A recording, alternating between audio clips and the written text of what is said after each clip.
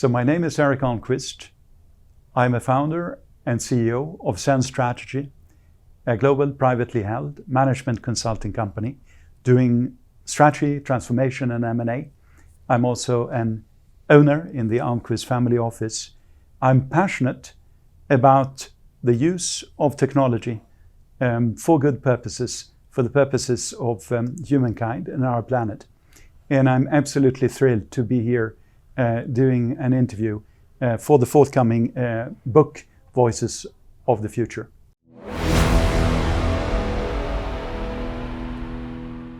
We are genuinely privileged and delighted to welcome Erik here today on Voices of the Future. And we are more recent friends, but we meet on committees together in various places. And I found some of the work and some of the conversations that we had absolutely fascinating. And he is connecting and touching on issues of ethics, of philosophy, of humanity, and merging it with technology, merging it with large investments groups like sovereign wealth funds and so on. And you know, in the sovereign wealth fund space, it's a black box. We don't even see what's going on. And it's amazing to have Erik here with us today to be able to give us some feel, some sense into how he can make a difference in the future. And he becomes a genuine thought leader in our Voices of the Future series. Erik, welcome. Good to see you, sir. Thank you so much. It's a real pleasure to have you, as I said. And we're going to be talking about all sorts of things. So, you know, it's just going to be a free-flowing session. But before we go into some of the newer things, can we talk about little Erik? Going back to your early days back in Sweden, some early inspirations, perhaps somebody who made an impact in your life, your family, your parents, or whatever, to help you shape to become who you are today. I come from an innovative and entrepreneurial and also explorative or exploring family. Mm-hmm. And I'll give you a few examples of this that have inspired me a great deal. First of all, my great-grandfather built in 1878 the first oil tanker of the world, together with Ludwig Nobel, the older brother of Alfred Nobel, with the Nobel Prize. Right. And the story behind this was that there was oil in abundance discovered in two places, not in Arabia. That came 60 years later. Sure. This is much before that. You had oil discovered in Texas, the United States, and places like Azerbaijan and Baku and Caspian Sea. So oil existed in abundance. The use case was not fully defined because the combustive engine car had not been invented. Right. So the problem was to transport this oil in a cost-efficient way. Now, trials had made to put the oil in the bulk of ships, but if you have a storm, they get unstable and they go under. So Ludwig Nobel, he had an idea, but he couldn't carry it out. So he contacted my great-grandfather, and there was an original idea to put it in compartments. And basically, what they did was that they drew the first oil tanker in the world with oil in tanks, which is why we call it an oil tanker today. Okay. And up until that point, oil had always been transported in barrels, which is why we see barrels of crude oil. So that is the same for olive transport and wine transport and so forth. So oil was discovered, existed in the Caspian Sea. The first sketch was done by my great-grandfather, and the ship was built in Motala in Sweden. But then, you know, the Caspian Sea is a landlocked sea. So they had to transport it through the river system of Russia. And they put the aft and the stern together, and then they put the rest of the boat on top, navigated through the river system of Russia, and then they had the first maiden voyage.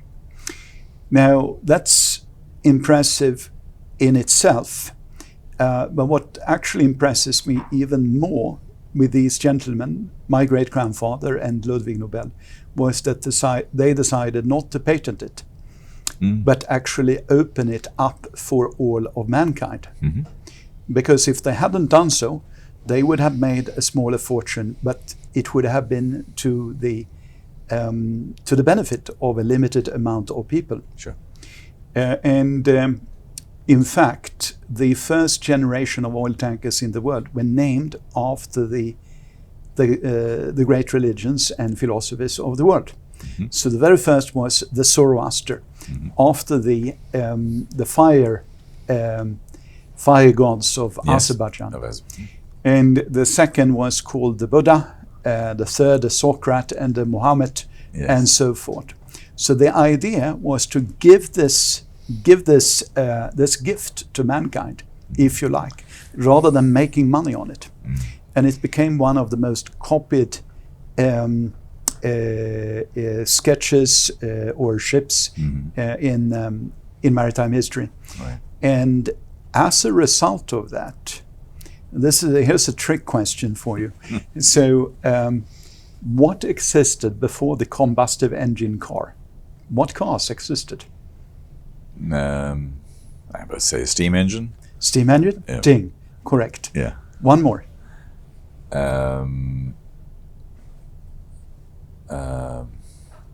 Electric? No, not electric. Yeah, Yes. electric, Yes. Now, people think today that the electrical cars were invented by Tesla and Elon Musk. Yes. And that is not true, because they predated the combustive engine. Right. So in 1886, when Carl Benz invents the combustive engine and suddenly comes up with a practical car. Yeah. Now, the electrical cars were not practical because there were no charging systems, Right. and the batteries would have been larger than the cars. So that was the problem. But with oil, you can transport it, you can have a can with you, Sure. and you can refill and so forth.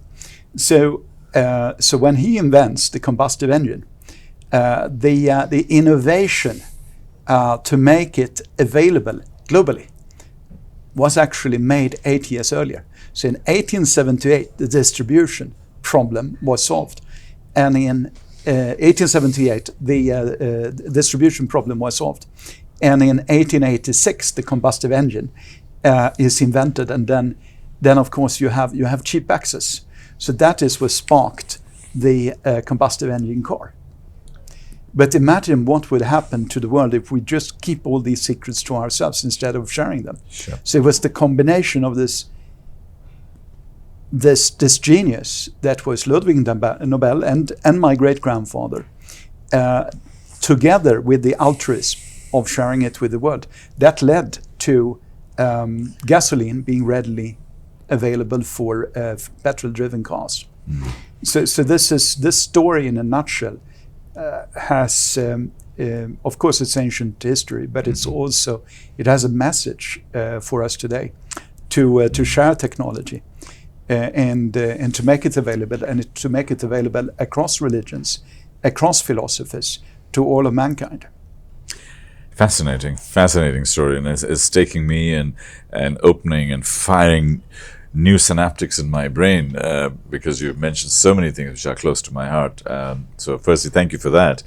I am fundamentally convinced that the altruism of some of the earlier founders versus what I see now more and more in terms of hyper-capitalism, we'll get into it in more detail, is actually, on the one side, we're doing very well in technology and growth and development, but on the other side, the redistribution of opportunity for the entire globe is quite restricted. I mean, during COVID, for example, science and technology won, but society, politics, and distribution failed, because the mRNA virus methodology came up. Literally, I was talking to Stefan Bancel, the head of Moderna, on the day he launched the vaccine.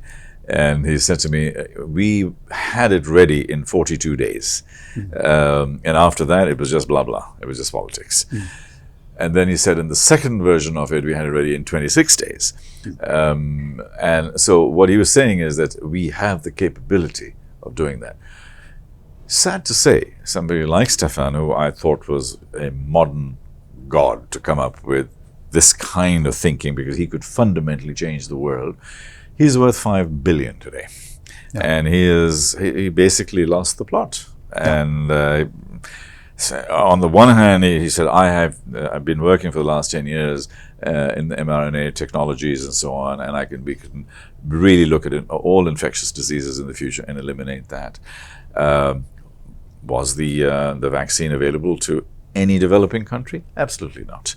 And there were countries and people, my uncle, my grandfather actually, from my mom's side, he is the owner of the largest pharmaceutical firm in India. It's called Cipla. And they basically have done generic drugs for HIV and so on. And they were desperately saying, please help us with this. We will redistribute to all of the countries. You can make money in the West. But we need it in Africa, we need it in South Asia, we need it in poorer countries. And in the end, our immune system clicked back in, and these countries, people got sick and whatever. Distribution didn't happen, and that was hypercapitalism and that lack of the ability to share and give, because there's enough abundance out there. We create so much abundance. But thank you for the story. It's a lovely story, but are these the kind of things when you were young that shaped your life? I mean, you were looking at these things and your great-grandfather was doing this. In your house, did you have little things that reminded you of that? Just give us a picture of that. So I mean, it was actually both on my mother's and my father's side. There are some fascinating stories and personalities. So the first I mentioned was my great-grandfather, Sven Alexander Almqvist, who built the first oil tanker in the world, together with Ludwig Nobel. And then on my mother's side, there's another fascinating person called Søren Norby, who he was an admiral in the very early 16th century. He in the first years in the 1500s, he got asked to explore can you imagine, the northwestern passage to India? To the Americas. I'm going to say that again. You have to edit it out. No worries. The northwestern passage to the Americas. So he put together the fleet. He was about to sail and everything, and then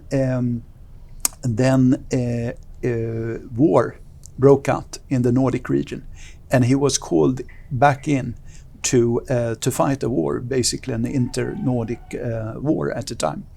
Now you can imagine, what would have happened if that had set sail and expanded. This was before Canada was discovered, and most places in North America, apart from Newfoundland, that the Vikings had explored. Yeah. But it also brings about another discussion, which is I always ask people this question: who discovered America? So I'm going to ask this question to you: who discovered America?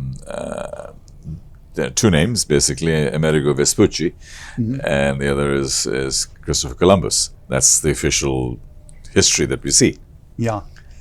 So there's a third name as well, which is also not correct. Sorry for no worries. Okay. I'm glad you're correcting me because we get influenced a lot by literally what we have been hacked in our brains with. I mean, even simple things like if you look at a map as the Western world has created, Africa is actually about 50% bigger than actually on the map itself, because you can, of course, because of the extrapolation of a circular sphere onto a flat map. That's right, and they show Africa as being smaller, and the Western white world is bigger, but that's not always the case. But anyway, please go ahead. So there's a third name, of course, which is Leif Erikson, the son of Erik the Red.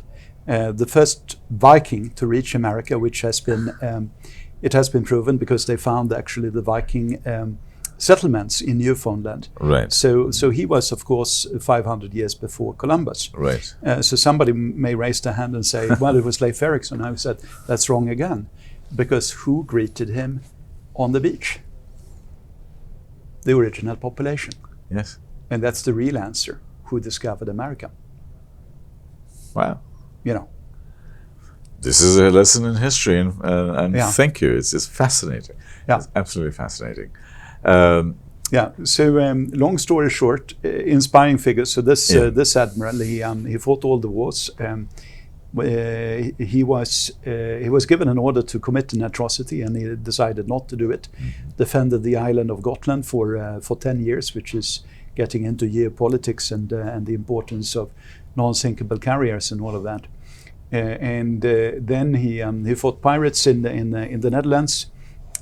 He ended up in a Muscovite prison, got freed by Charles V, Habsburg, Charles V, through a letter. Was in on the coronation of the same and died in Florence. But that's another story. But I think his courage to stand against this king in the order to carry out an atrocity, which was not an easy thing to do, and is that inspiring. It takes a lot of courage to be able to do that. And also it shows the devastation of war. You know how just a tiny war. That in the Nordic region in the early 1510s changed the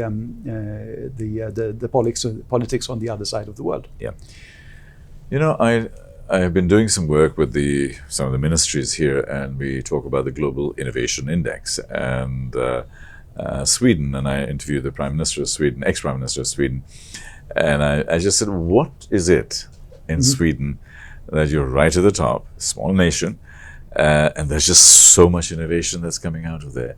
Is there something in the water? Is it something in the DNA? Is there something in society or philosophy or thinking that Sweden as a country is producing so much innovation?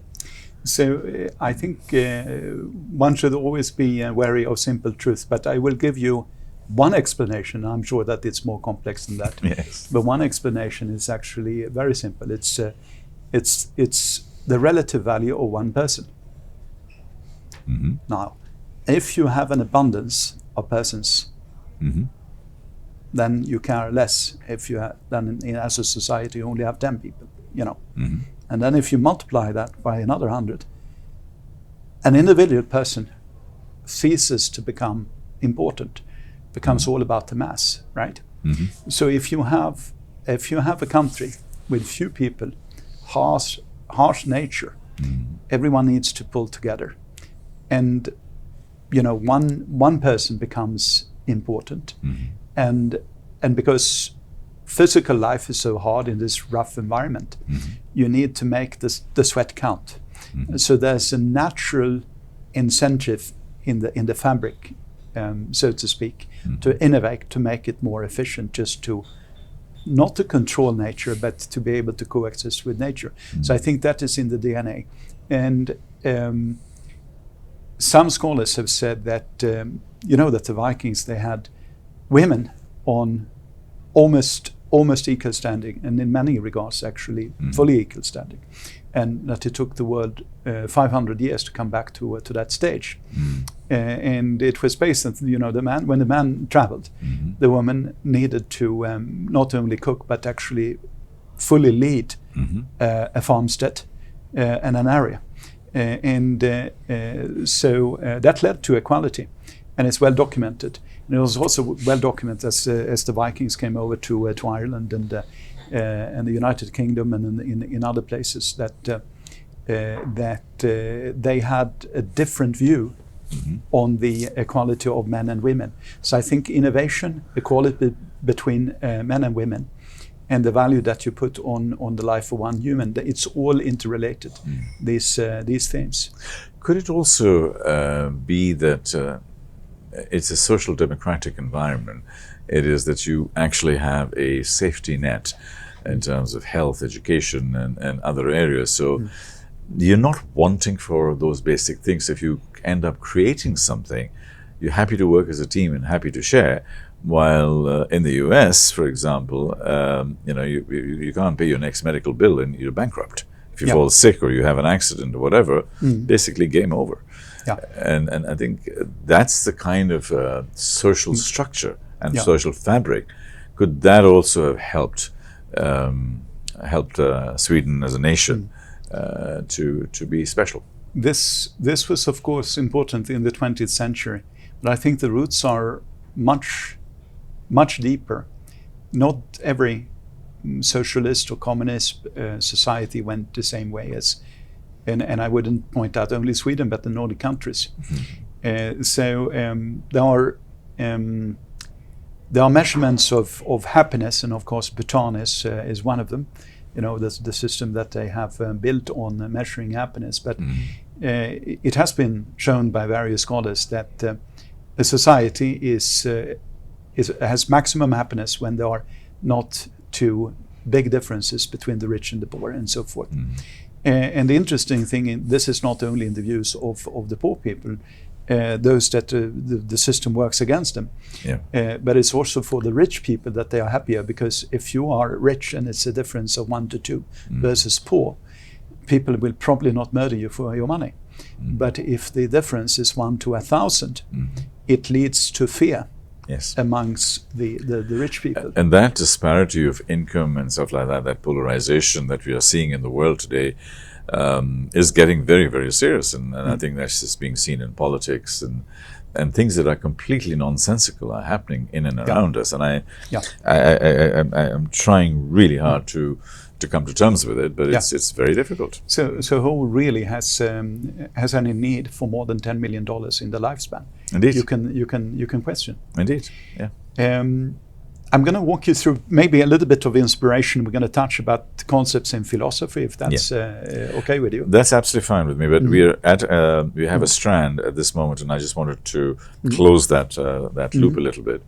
The most successful economy, growth economy of if ever, but certainly the 20th century, was the U.S. economy in post-war 50s and 60s.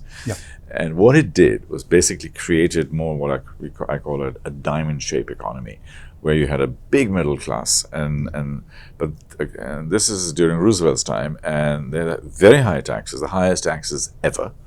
But they were reinvesting back in education, in research, in the Apollo mission, in space, in health, but they were reinvesting, and then as that was happening, people becoming more educated, and therefore they had better jobs and creation of abundance. So the consumer market became very, very vibrant, and that created more. However, from like 1980s onwards, the next 40 years or something like that, the relative increase of wealth for the average person, the 60-70% of the people in the United States, because the diamond has now just become a pyramid, it's become a triangle. They've killed the middle class. So they're worker bees and people at the top. And that disruption for me, and I cannot connect the dots between the fact, on the one hand, there's extreme innovation in San Francisco, in California, and places like that coming up, the technologies and so on. But on the other hand, it's at the cost of 200 million people who are not benefiting from that properly. And I cannot connect the dots on that. What are your thoughts? I think the emergence of a strong middle class is absolutely crucial for a society. If you don't have it, then that is a recipe for instability, which is exactly what we are seeing in the United States today. Great instability. I'll tell you another sort of contradiction, which is, what is the greatest blessing of a nation that a nation can have? What do you think it is? I can think of many things. Psychological safety, a sense of freedom, hope. Absolutely. So at least one of the greatest assets a country can have is the absence of any sort of natural resources, of raw materials. Because what are you left with if you have no coal, no oil, no aluminium, no cobalt, and so forth? You have only one asset, which is the people. And you have to reinvest in the people. So if you are looking for stable societies around the globe, there's a correlation with lack of resources because you have to invest in people. And when you see nations where, and I'm not going to name any of them, all right, but where you have nations where the greatest resource is a natural resource, there's also always a risk, and there are exceptions to this. There are great exceptions to this rule of thumb. But if you fail to reinvest in humanity and only invest in the raw materials, then you're creating this very thin layer in between the ruling class and the people that carry out the work. Yeah. So going back to the philosophy and as you wanted to talk about, so what are your thoughts on that? So as a kid, I was inspired by the great. I loved history and I loved philosophy because you can get the perspective on your present time. Yeah. And when I, as a kid, I was inspired by Descartes, cogito ergo sum, and all of this. But the interesting thing with that is not what you can be sure of, that you think and therefore you exist. I read it another way. I read it that means that basically a lot of the things that we take for granted that somebody says or does or holds for a truth is actually not the truth, but a belief or a fate. It's not a fact. And we have to be wary with that. And constantly in the debate, we are mixing up what is a fact, what is a belief, what is a truth. So mathematics is facts, right? Yeah. That you think, therefore you exist, cannot really be argued against. But the rest is not facts, it's hypothesis, for example. And there was a famous debate between the philosopher Karl Popper and Albert Einstein regarding what is actually the role of science. And Einstein, who had 99% right in everything he ever did, he said that the role of science is to prove something. And Karl Popper said, no, it's actually the opposite. It's actually to disprove it. And until that point, science is not a fact, but it's a hypothesis that is constantly getting replaced, and it's an important distinction. Right. So that leads me, I guess, to have a skepticism to when somebody says this is an absolute truth. Then my first instinct is that it probably isn't. Yes. But that leaves a vacuum. Yes. And some of us are deeply religious and some of us are not. Now, we can put our faith in God, but then we are faced with the dilemma to interpret what God wants, right? Or what God has actually said. So at the end of the day, it leaves a moral and ethical dilemma that you can seek through your priests and so forth. But then there's always a layer between God and yourself. Or if you don't believe in God, then you also have to figure out what is actually ethical rules. And one thinker that really inspired me in this regard was Jean-Paul Sartre. Now, I'm not a communist, and he was a self-proclaimed communist, but what he said was that we start as a tabula rasa. And our actions, actually not our thoughts, but our actions define who we are. Because I may get very mad with you after an argument and say, I'm going to kill you. I'm never going to do that, of course. But as long as I don't do it, it doesn't. We always have nasty thoughts, But as long as we don't carry out them, it doesn't define us. If we put it in writing, it actually defines us because it influences other people.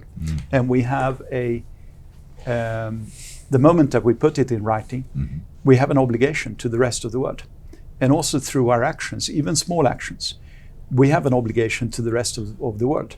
if it can be held up as an example to the rest of the world, then it's probably a good deed. If it cannot be held to scrutiny and held as an example to the rest of the world, it's probably a bad deed. And that distinction between what is right and what is wrong, I find fascinating, because it's in a nutshell, to my mind at least, the definition of ethics, and it clears the vacuum that is produced by the seeming absence of absolute truth. Do you follow the line of thought? Totally follow the line of thought, Yeah. and I think you mentioned Jean-Paul Sartre, and I've read him, and Descartes, which is also there, and there are great philosophers who basically were challenging our thought processes at that point in time, and I'm totally with you on that. Sorry, I took your thought. Yeah. So this defines ethics, and the modern philosopher is Rawls, a theory of justice, which is basically based on the same idea, that what is justice and what is a just system. And his Rawls' definition of a just system is that if you are constructing a system but you don't know who you are, yes, you're going to do it just. If you already know that you're rich, or you're of this religion or color or something else, you're going to start to skew it. So a just system is a system constructed by somebody who doesn't know where he belongs in society. Anyway, this is a discussion about the future. The important thing here is when we are talking artificial intelligence, which will be the latter stage of our conversation here today. Artificial intelligence starts as everything else in human society is just a tool, right? But at some point during the journey, it will start to become something more than a tool. That is what makes artificial intelligence different from any other invention that mankind has ever done. Yeah. And a tool is controlled by man. That means that we need to place ethics in the hands of man. But the dilemma, which is the new dilemma that we face in the world right now, is that we need to build in ethics in artificial intelligence. Indeed, and by the way, that is the I'm a keynote global speaker, and one of my first slides when we talk about the future. So I ask people a rhetorical question. So, what do you think defines the future? And people say, "Oh, AI and blockchain and this and that." I said, "Actually, no. My view is that the future will be defined by trust, and truth, and ethics." And this trifecta is what is going to define us, because artificial intelligence without ethics is going to be dangerous and difficult. I mean, for me, I was involved in a project on drones, and to write a manifesto. This is 7-8 years ago when I first started out as a futurist, and the manifesto for drones. And I naively and clumsily proposed to a whole group, like, why don't we just create a rule that drones cannot kill, and we'll never program drones can kill human beings. So then, drones are stupid. They're just machines. They only do what we tell them to do. So if we tell them, the moment you see a moving human body, you will switch off. And everybody sort of laughed at me. And this is like 2017 or something like that. No, drones will never be like that. And guess what? Sadly, the number one usage of drones is to kill people. Is to kill people. Is weaponizing it. And to me, I think that is where the whole ethical and moral compass comes together. Is like, why are we doing this?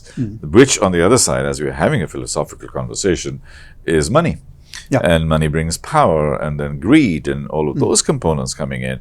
And drones can be used in super effective ways for climate change, for farming fields, for all sorts of things, and you can still make a lot of money. You don't need to be trillionaires to be able to say that I have succeeded or whatever. You can still find a way. So I start with trust, truth, and ethics, and then I underlay it with empathy and values.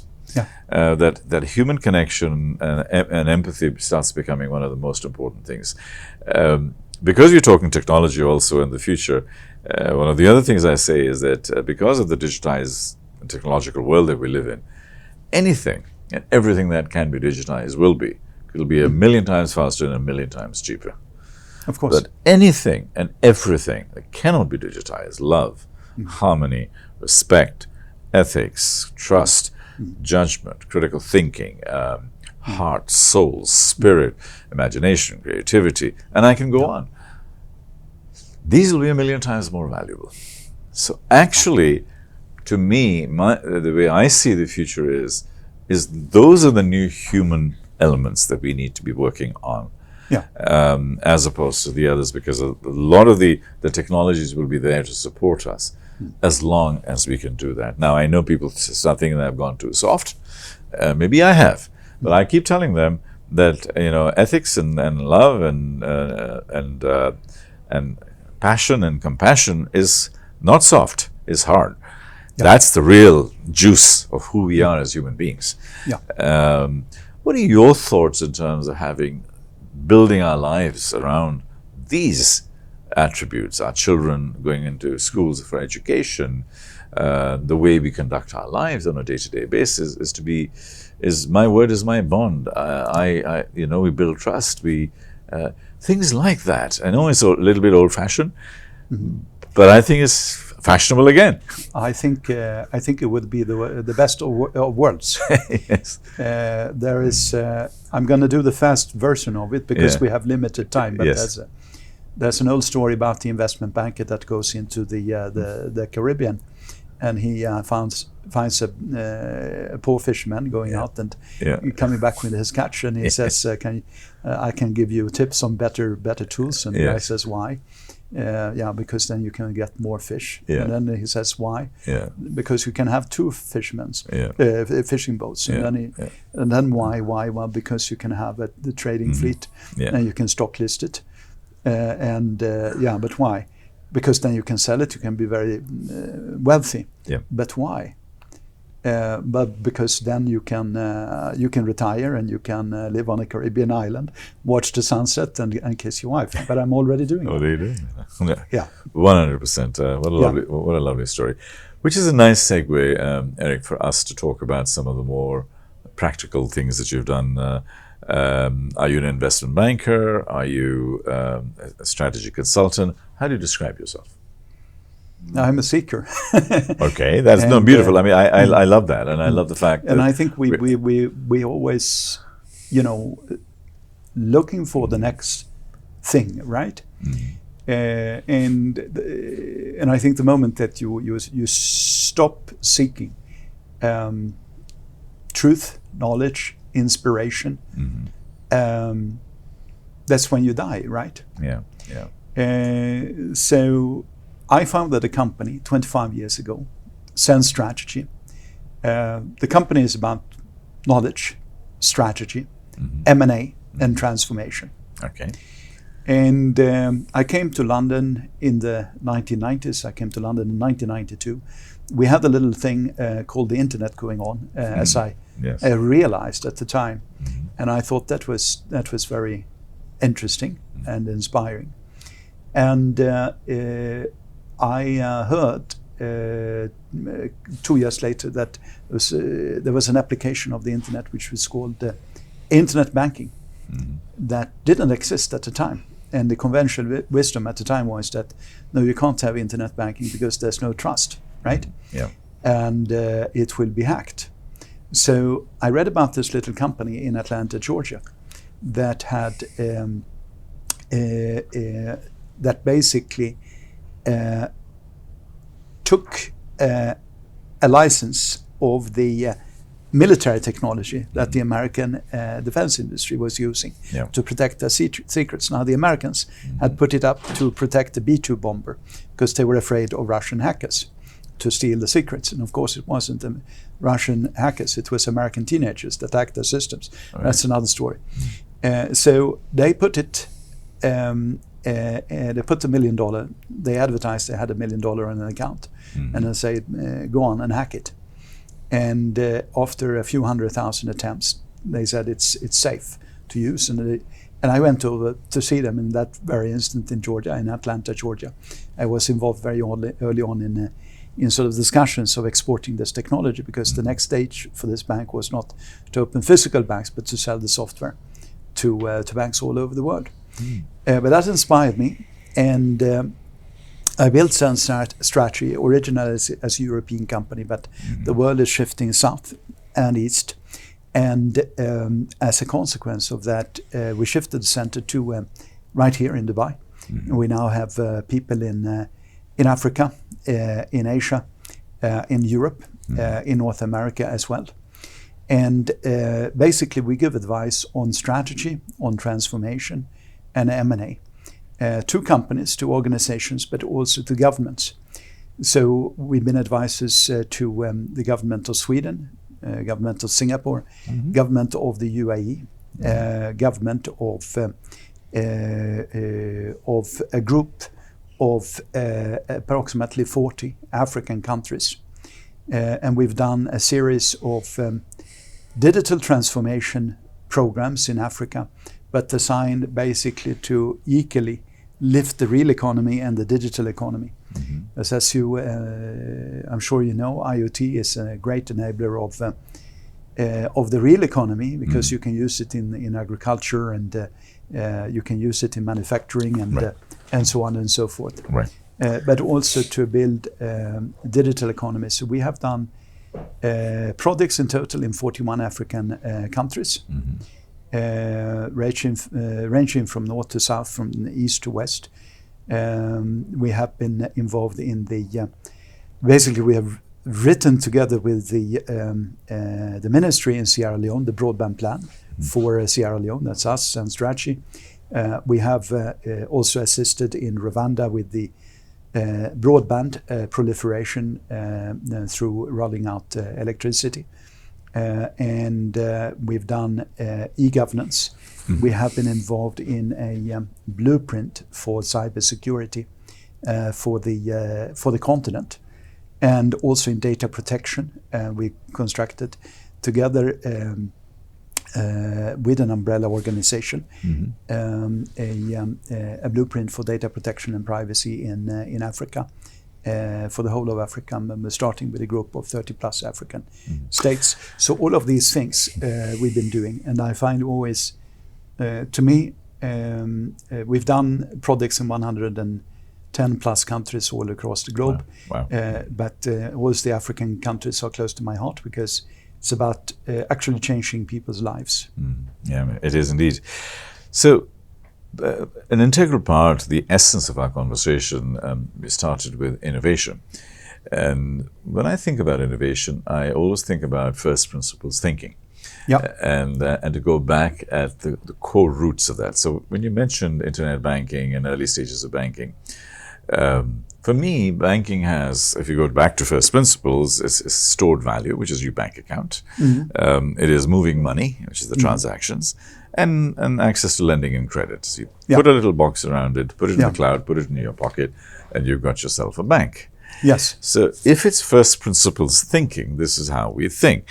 When I've been advising large banks in Nigeria and in South Africa, one of the things is that, if Bezos walked in today, what would he do?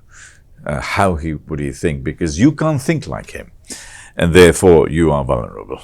So you can think like who? Like a Bezos or an Elon Musk or something like that, because they start from a different point. And I was giving example of Jack Ma in terms of how he approaches finance and how and financial potentially, or companies like him, or now obviously there's Apple, would become the world's largest financial institution.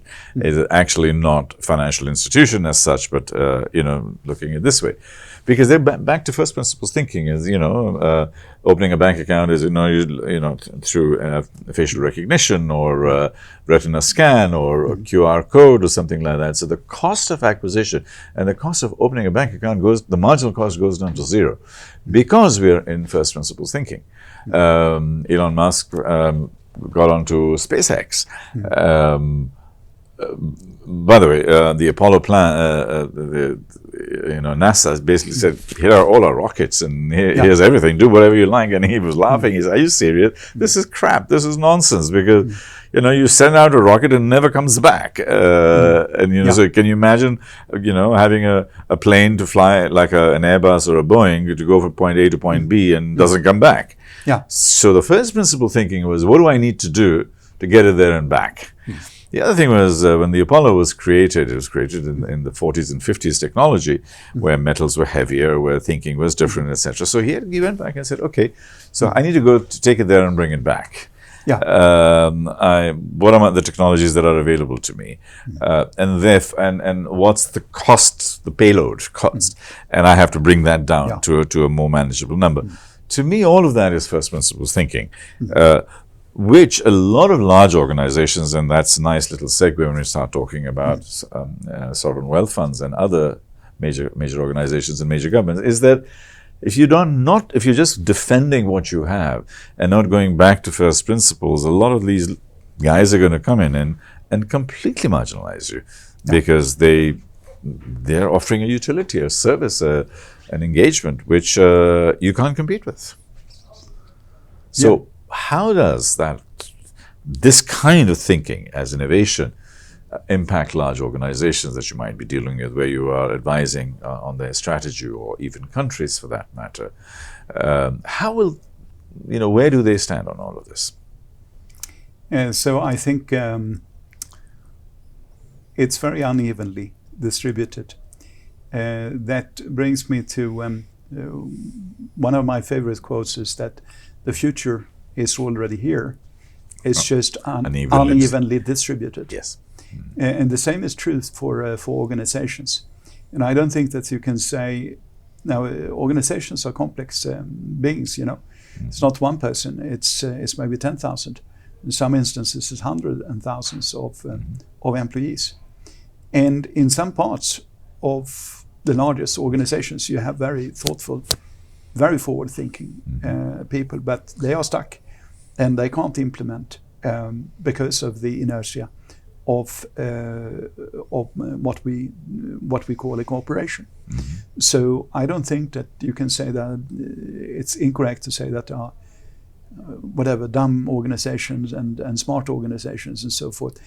I think there are different organizations in the aspects of how do you enable the free flow of ideas. And do you put them into practice? Because you have great thinkers and you have great ideas in any corporation. So I think it's harness what you have, rather than let's say, okay, so we have a stupid organization, now we have to bring him from the outside. It's probably already inside the organization, but it's not let out. It's not used. Because there's no free flow of communication inside the company. There's no free flow of ideas, and even if there is a lack of implementation. So I think this is the challenge for large corporations. Is not that you don't have intelligent women and men inside that corporation, but it's that they are trapped. Indeed, and I use the word a corporate immune system response. I mean, we all have an immune system that anything that comes from outside, our antibodies go in and block it, any virus, and things like that. Same thing in organizations that are, and the transformation work that I do is I put up 50 things that most people say why something cannot be done rather than it can be done. But the immune system of organizations click in, because when I'm sitting on boards and advisory functions and so on, people ask me, what's my most important job? And I sort of say, is to actually reduce the immune system and bring mindset shift so that they are able and they're not trapped. And I'm looking at now immunosuppressants. The example that I give is if you're doing a kidney transplant, for example, the first thing the doctor is going to give you is a lot of immunosuppressants, then put the replacement kidney in there, and then you have half a chance of success. That's why 80% of transformations fail, not because they're not good, but because they have no immunosuppressants. That's the culture, the language, the understanding, the level of resistance, the psychological safety. All of those are things that we need to do in terms of immunosuppressants. So governments and larger organizations and so on, how do you bring about mindset shift? What kind of immunosuppressors do you put in to bring about the transformational work that you do? So I mean, it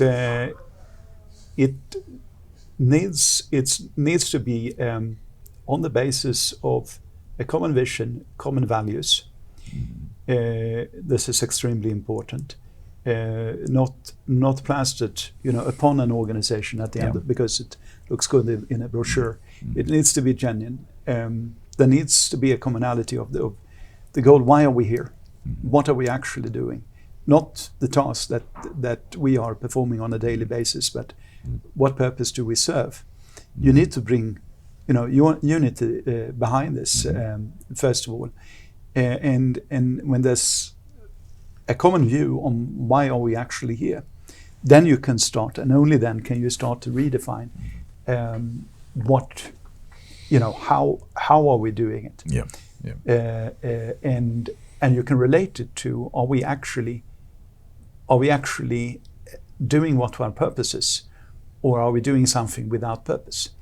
And that's the key also to big transformation. So I led together with Erik Almqvist, who is now a senior advisor with us, the great transformation of Telia company up in the Nordic countries in the late 2000s, and that was based on who are we actually serving, why are we serving them, and then from that we can look at what should we actually be doing. And someone has said that there is nothing as terrible tragedy as doing something efficiently that should not be done at all, and you can start to move that out and start focusing on actually what brings value to our customers, what is bringing value to and joy to our citizens, and what brings value to our planet. If it's not serving one of these great stakeholders in society, you can question whether you should go forward at all. Or we are having a fascinating conversation with Erik and on Voices of the Future, and as we look at the 100 voices that are there, the unique voice that's coming from Erik about philosophy, about history, about innovation, about humanity, it's really a kaleidoscope of new ideas and new thoughts that really makes us very unique, and we're very privileged to actually have him with us at the moment. Erik, moving to the final phase of our conversation, I know you work with sovereign wealth funds, for example, which is, which are almost scary beings. I mean, they're trillion-dollar environments and stuff like that. They must think differently. They must be different. They must wake up in the morning with a, and not like you and me. Perhaps they feel that they can change the world. They can make a difference. What is the thesis? What is the thinking in sovereign wealth funds when you actually meet with them? So first of all, let's have a quick look. Who are the sovereign wealth funds? Yeah. And another. I like these trick questions. So one of my trick questions is who has the biggest sovereign wealth funds of the world? Which nation? What do you think? United States? Actually, no. I think it's Norway is probably the biggest. Norway is the biggest. Norska pensionsfonden. That's right, yeah. And obviously part of the Middle East. You have a few big ones here. Yeah. I'm not, US doesn't. I mean, US may have more money, but they don't have that structure. But that's an interesting question. Do they have more money, or do they have more debt?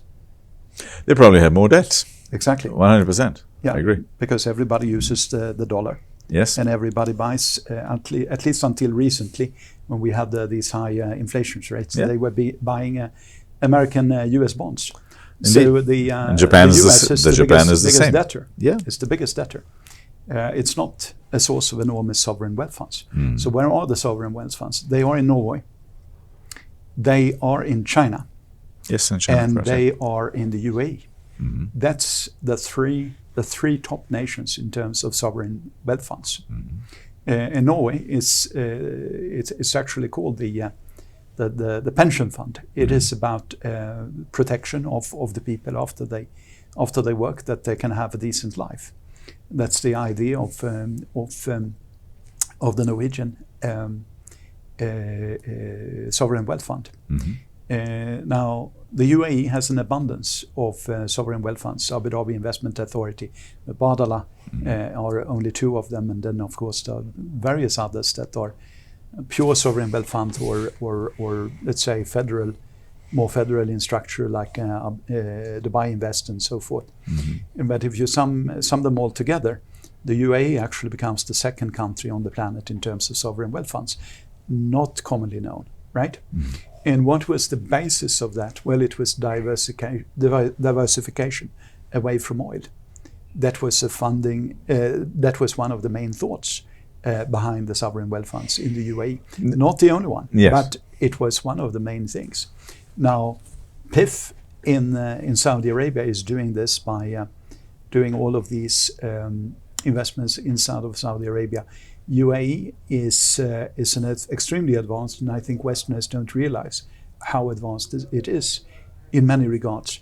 And the sovereign wealth funds of the UAE, because the home market is smaller, a portion of it goes to investments in the UAE, and large portions are foreign direct investments.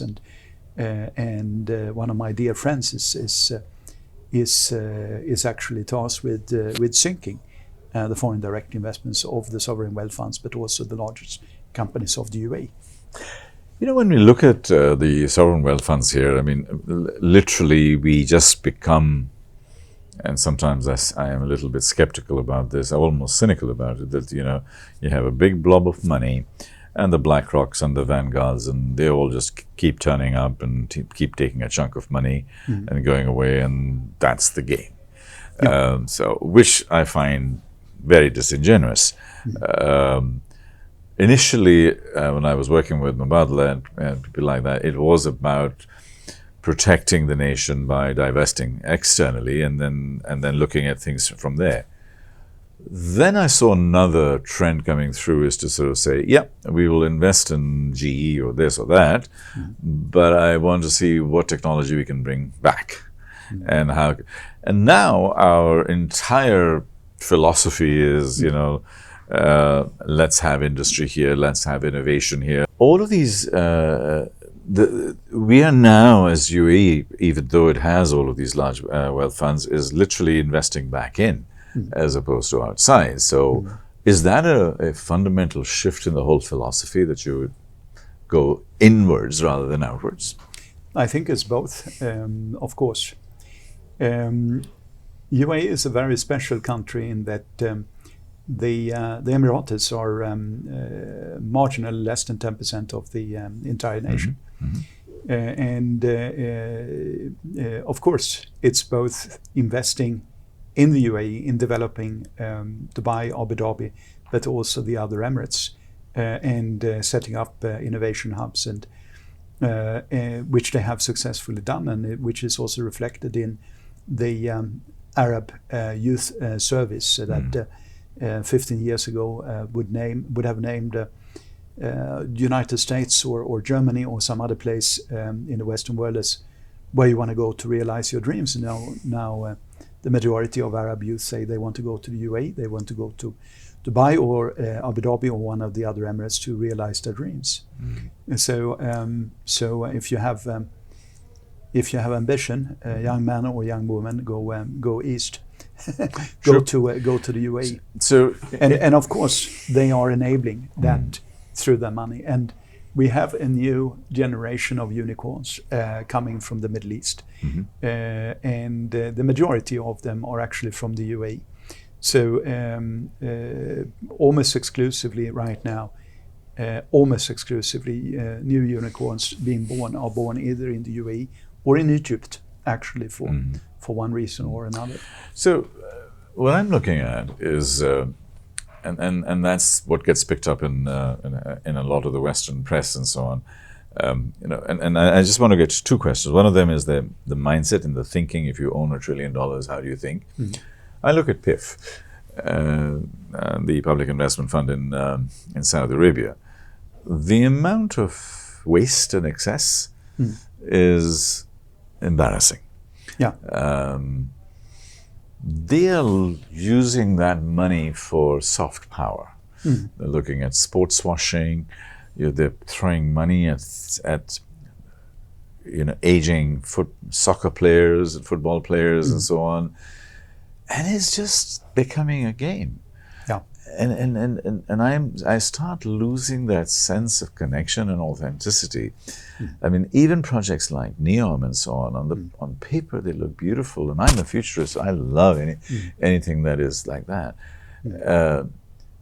But when you practically look at some of the stuff that they're doing, they are miles behind. Yeah.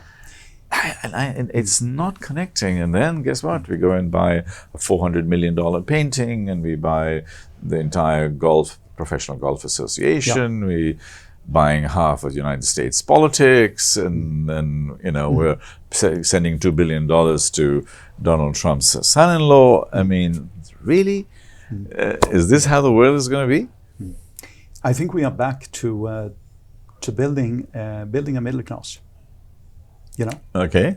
As the fabric of society. Right. Right? Because if you have a reasonably large middle class in a society, you have spending power, and you have spending power, but you also have a fairer society. And through that, because middle class would, at least to some degree, be an educated class, right? You have a breeding ground for new innovations.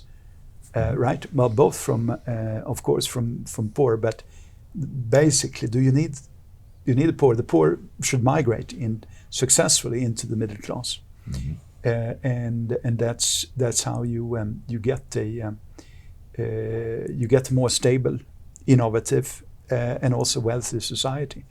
I think the challenge, when you are talking about Saudi Arabia and PIF and so forth, is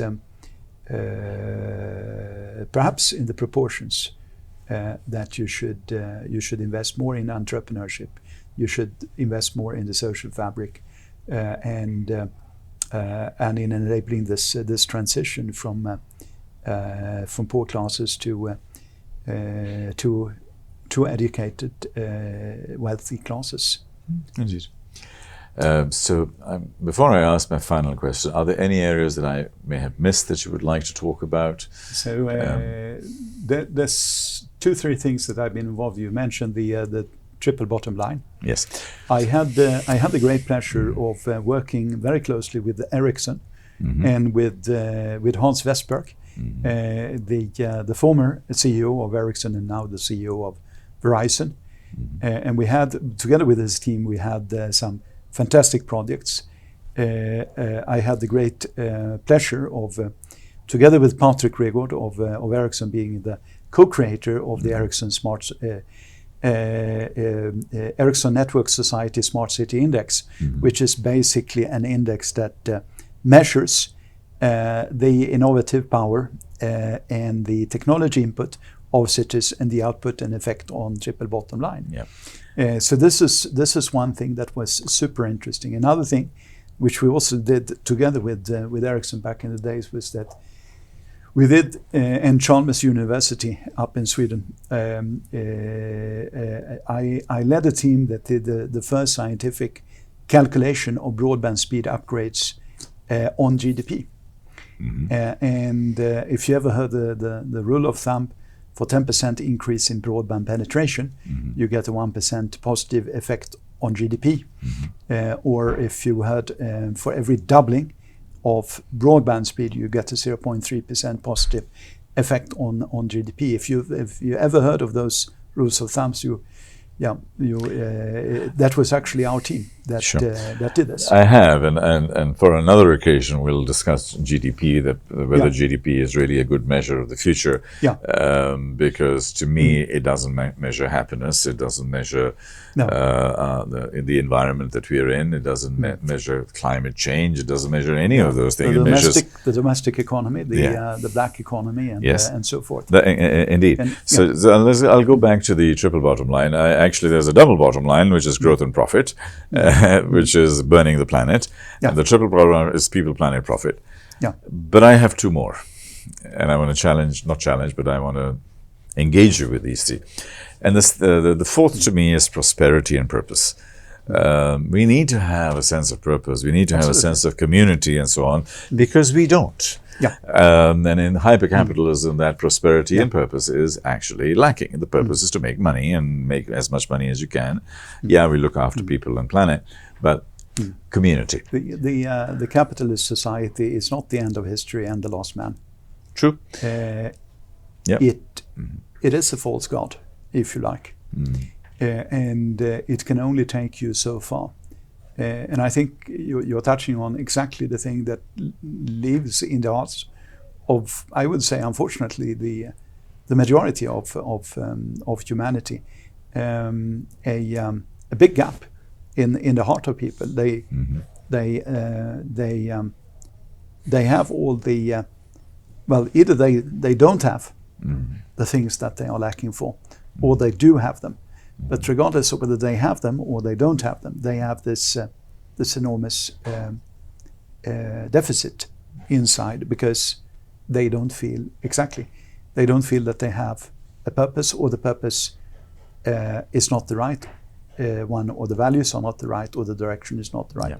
And that of course is the breed ground, unfortunately, of populism. But we need to evolve as a society to harness that and set the right values. Yeah. So that's the fourth P. Yeah. And the fifth P, to me, much more impacting us more recently, is peace. Absolutely. And without peace, nothing happens. When there is no peace, then there are so many difficulties in the world, and then we are constantly on high adrenaline and trying to just recover and manage and so on. So people, profit, planet, prosperity, and purpose, and finally peace. And that's how I want to build the world, and that's what I'd like to do with Voices of the Future, is to look at these 5 components. That's part of my formula as we look into the future. Yeah. It's not just about making money, and it's about I'll give you a 3 minutes anecdote about what you talked about now. I'm also passionate. I'm a passionate wildlife photographer. Amazing. You can find my website, www.erikalmqvistmyname.com. You'll find all my photographs there from all my journeys. I've traveled solely across South America. One of my photos got Editor's Choice in National Geographic. That's inside of a book now, and so on and so forth. But the interesting thing happened in my youth. I did a lot of climbing, so I climbed high mountains in the Alps, Mont Blanc, 6,000 meter mountains in the Andes, and I came to the Himalayas, and as part of this climbing on the northern parts of the Himalayas from the Tibetan side, I also visited Lhasa and a lot of Tibetan monasteries, and I came to one of those monasteries, and I heard this sounding beat, and I thought, what is this? And so I went after the sounding beat, and it led to this very spiraling gate and sort of passage, almost like a secret passage. And then it grew in intensity, and the closer I came to the room, the more pictures I saw, not of, as I would expect, holy men, but of demons. And the intensity of demon faces just increased as I approached the room. And inside this room was a man doing this, and then there was this monk that went in a very low voice, like this, right? And so I sat there, I listened. Fascinating room. I felt calm in the room. I went out. I asked my Tibetan friend, what was all this about? This was not what I expected. It was not a single picture of the Dalai Lama or anything like that. Well, he said, well, it's generally known that there are demons out there in the wilderness, and the demons, if they are frightened and hungry and they don't know the villages, it's going to start with them killing a a goat or something like that. And then there's going to be confrontation between the villagers and the demons. And we, as a monastery, we could shut our doors to the demons we know are out there, or we could open a passageway to the demon world. And this is the passageway to the demon world, so that demons, they see the monastery, but rather than being something totally alien and frightening, they would get enticed by the music. We are deliberately not putting the picture of holy men up here because it might scare them. We want them to go up into the room, listen to some good music, then come back through the same passageway. Tell the other demons, like, oh, I've been to the monastery, and you know what? This place isn't that bad. They actually have wonderful music, and I had a really good time. And in fact, human beings and monks are not that different from us demons. Interesting. Never thought I would hear that, but how interesting. You know, one of the fascinating things about today's conversation is your innate curiosity, your ability to keep asking questions, looking for new things. Like you said, you're a seeker, and you said, if you seek, you shall find, and I'm sure you will. My final question: we are on your 100th birthday. We have come to celebrate your 100th birthday. So what are we celebrating? What has Erik achieved, and what have we done? It was basically the very, very first thing, almost the first thing I can remember from early youth. Now, I remember when my grandfather died, and it was clear he was 92, and it was clear a few weeks before that he would die. But I just looked in his face and everything, and I just saw that he was completely calm, completely satisfied with life. And you could just tell that this is a person that was satisfied with life. So it struck me that we as a society, we are all constantly comparing ourselves with people around us in our particular position. We say that, this person has a bigger car or a bigger house, and, I need to get this, and blah, blah, blah. And we try to seek these things, and we run around in circles. So in my mind, there is only one vantage. Now, people, they make up their own minds, but for me, the only true vantage point of life is imagining yourself with one foot into the coffin. That's what you constantly, when you wake up every morning, you should ask yourself, what is it that I want to accomplish? What is it that I want to do in order to climb into that coffin without any remorse? And have no regrets. And no regrets. Exactly. So what I would like to be able to do is obviously to have a sense that I, together with others, contributed to things that made this a better place. If I can have that, then that's really all I need. Yeah. Then everything else is a plus. But if I have contributed to that, then I can be satisfied with what I have achieved, and I can be. Yeah. And then you can think of what is your kinship. Is it your family? Is it your ancestors, or is it your future? Yeah. Children and grandchildren, but it's that acid test that you have contributed, you have somehow made this a better world. I think that's the acid test, and then you can face the final curtain with a grin. Indeed, and I'm all about making a difference. Actually, my company is called MAD. MAD stands for Make a Difference. One of the companies I have, and that is effectively what I'm about. But it's beautiful the way you suggested that. We will be talking to you on your 100th birthday, and you would be at peace with yourself. You would have harmony. You would have made a difference. And have the kinship. And this is what we are trying to do in Africa. Yeah. I had also the great fortune working with a gentleman called Håkan Hederstjärna back in the days, and we were asked to step in to save a university up in the Nordic region, and we did so. It was running out of funds, and we had to refinance it. That's another contribution that that hopefully made a difference. It's a university in Riga, Latvia, in the Baltic region, and it's still around. Erik, it's been an absolute pleasure, absolute Thank you. privilege. Thank you. Thank you you very much indeed. Thank you.